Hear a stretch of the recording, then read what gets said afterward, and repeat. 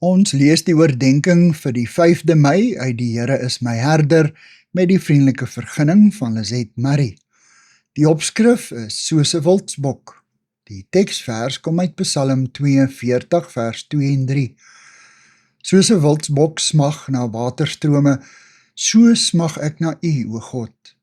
Ek dors na God, na die lewende God. Wanneer kan ek gaan en voor God verskyn? 'n Vriendin wat 'n paar jaar gelede die Visrivier Canyon gestap het, vertel, in die woestynsand met 'n rugsak wat my afrem en moegheid in elke been van my lyf, het ek gedink aan die wild wat lang afstande moet aflê om by die water te kom. Aan my eie lyf het ek die verlange na die koelte en verkoking van die waterpoele voel knaag. Die skrywer van Psalm 42 was goed bekend met die woestynlandskappe van ou Israel, klipperig, onherbergsaam en genadeloos, met geen groen sprietjies langs die woestynpad nie. Hy het die intense dors geken, die alles oorheersende smagting na water, en die verkoking van die helder fonteinwater wat uit die dor, witgebakte aarde borrel.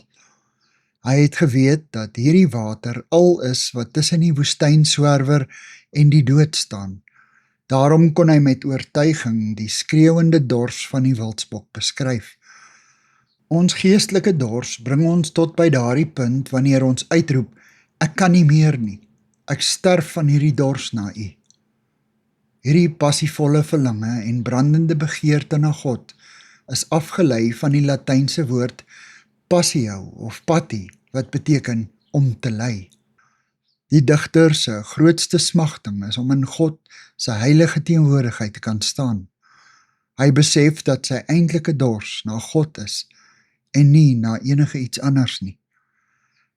Here, my Here, net U kan my dors les.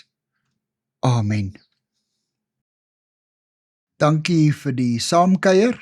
Ek deel Lizet se kontakbesonderhede in die inligtingsparagraaf van die kanaal. Daar is ook skakels na voorlesings van Lizet se ander publikasies wat hier beskikbaar is.